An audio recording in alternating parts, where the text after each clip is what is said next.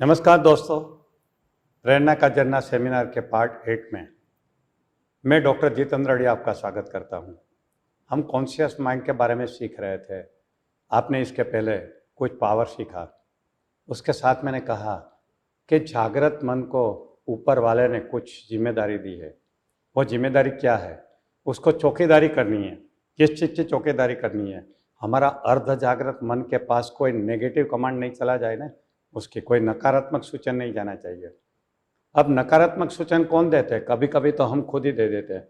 मैं मर गया, मैं लूट गया, मैं बर्बाद हो गया, मैं तो अभी इसमें से कभी बाहर निकलूंगा ही नहीं, अब तो मेरा मौत दिख रहा है। ये क्या है सब? ये नेगेटिव कमांड है जो आप अपने सबकॉन्शियस माइंड को दे रहे हैं। और सबकॉन्शियस माइंड हर चीज़ लिटरली ले लेता है। बोलने में ध्यान रखिए। अच्छा, बोलते नहीं है मगर सोचते रहते हैं, अब तो ये बीमारी ठीक नहीं होगी, नहीं होगी ठीक। तो आप जो भी नेगेटिव सोचते हैं, बोलते हैं, मानते हैं, वो सब सबकॉन्शियस माइंड हकीकत में बना देता है।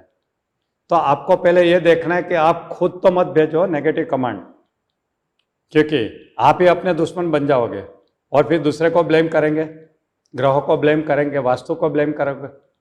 सिर्फ अपनी सोच को बदलनी है, अपने आप को डिसिप्लिन में रखना है। एक भी नेगेटिव कमांड अपने आप को नहीं देना है दोस्तों। दूसरी बात, बाहर वाले लोग भी आपको नेगेटिव कमांड देते हैं और उससे क्या होगा? अगर आपने उसको नहीं रोका ना तो आपके अंदर चला जाएगा और वो भी मैनिफेस्ट हो जाएगा, क्योंकि सबकॉन्शियस माइंड बाहर का कमांड भी ले लेता है। इसलिए आपको चौकीदारी करनी है कि आप दूसरे नेगेटिव कमांड से भी बचिए। कैसे कैसे कमांड देते हैं दोस्तों? आपने देखा होगा, आपको बहुत लोगों ने दिया होगा, तू ये नहीं कर सकता, तू वो नहीं कर सकता, बहुत कुछ। तो आपको क्या करना है? उसको भी रोकना है। कैसे रोकोगे?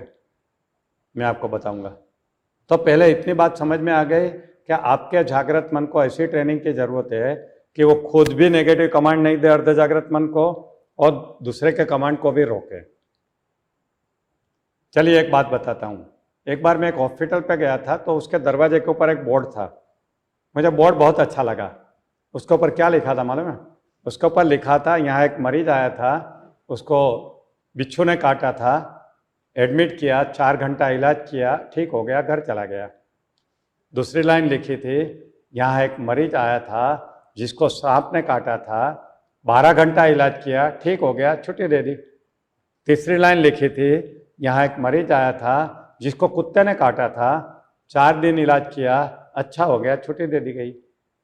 चौथी लाइन लिखी थी, यहाँ एक मरीज आया था जिसको इंसान ने काटा था और हॉस्पिटल में एडमिट किया और अभी तक एडमिट है, ठीक नहीं हो रहा है।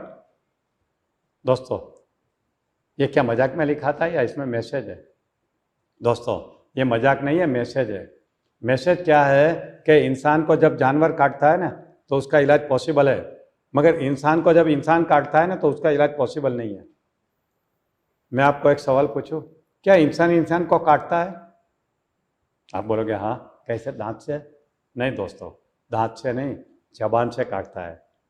जो हमारे बारे में कोई नेगेटिव बोलता है ना, तो ऐसा है, तेरे को कुछ आता नहीं है, तू जिंदगी में कुछ नहीं कर पाएगा, तू मेरे घर में क्यों पैदा हुआ, उससे अच्छा था कि पड़ोसी के घर में पैदा होता, तो हमारे खानदान का दबा है, तो ये है वो है, कितनी नेगेटिव बातें सुनते हैं। ये हमें काटने का काम करते हैं और ये पॉइजन हमारे अंदर जाता है। दोस्तों, एक सर्वे हुआ था अमेरिका में कि जब बच्चा पैदा होता है और बड़ा होता है ना 18 साल का, तब तक वो अपने पेरेंट्स और अपने टीचर से कितना नेगेटिव सुनता है, उसका रिकॉर्डिंग करके उसका ये किया था, एडिटिंग किया था। तब पता चला कि 36 आवर का रिकॉर्डिंग जितना होता है ना अपने बारे में नेगेटिव, उतना 18 साल में हम सुन चुके होते हैं। कोई घर में ज़्यादा होता है, कोई घर में कम होता है। ऑन एन एवरेज 18 घंटा, यानी 36 घंटे जितना हम 18 साल की उम्र में होते हैं ना, तो 36 घंटे का नेगेटिव रिकॉर्डिंग सुन लेते हैं। अभी आप सोचिए कि आप यहाँ बैठे हैं और आपको कोई 36 घंटे तक आपके बारे में नेगेटिव बोल रहा है, तो गधा है, तू बकवास है, तेरे में कुछ नहीं है, तू इंटेलिजेंट नहीं है, तू जिंदगी में कुछ नहीं कर पाएगा, ऐसा 36 घंटा नॉन स्टॉप कोई सुनाएगा आपको, तो आपके दिमाग की क्या हालत होगी। मगर दोस्तों, हकीकत यह है कि हम 18 साल की उम्र तक 36 घंटे का नेगेटिव कमांड सुन लेते हैं, यानी 36 घंटा तक हमें कुत्ते काटते रहते हैं, जिसका कोई भी नाम दे दो आप। और इसकी वजह से साइकोलॉजिकल बीमारी बढ़ती जा रही है। Anxiety, depression, schizophrenia, OCD, bipolar, कितनी बीमारियां आ रही है।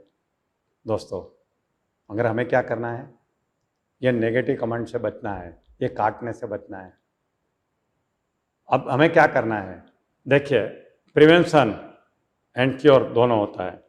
प्रिवेंशन यानी क्या, कुछ इमीडिएटली कर दो या कुछ पहले कर दो।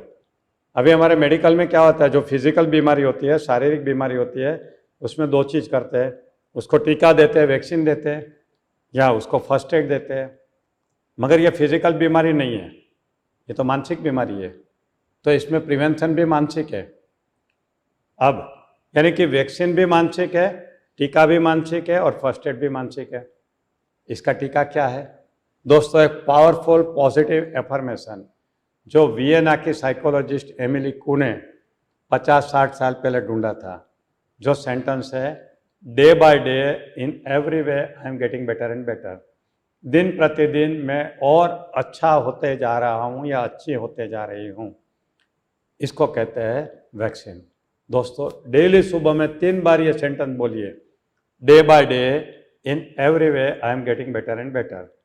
करोगे, उससे क्या होगा, आपका पॉजिटिव प्रोग्रामिंग होगा, आपका माइंड ये सब झटके सहन करने के लिए तैयार होगा। अब मान लीजिए एक दिन वैक्सीन लेना भूल गए, आज आपने वो मंत्र नहीं बोला, इसको मैं मन का महामंत्र कहता हूँ, और किसी ने काट दिया तो गधा है। अब आपको क्या करना है, फर्स्ट एड कैसे करना है, 2 बार कैंसल कैंसल बोल के 2 पॉजिटिव कमांड अपने आप को दे देना है। आपको कोई बोले तू गधा है तो क्या करना है, कैंसल कैंसल, मैं इंसान हूँ, मैं इंसान हूँ, बस उसका गधे वाला कमांड अंदर नहीं जाएगा। करोगे, वंडरफुल। दोस्तों, अब एक बात बताओ, आपको समाज सेवा करने की इच्छा है ना, करनी है ना, एक काम करो, आज एक कसम खाओ कि मैं किसी को काटूंगा नहीं, कभी भी किसी को नेगेटिव कमांड नहीं दूंगा, क्योंकि आपको मालूम है ये जहर कितना महंगा पड़ेगा।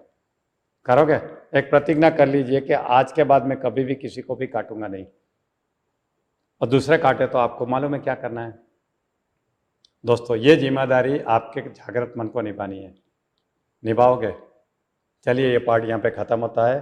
अब हम देखेंगे power of subconscious mind. All the best.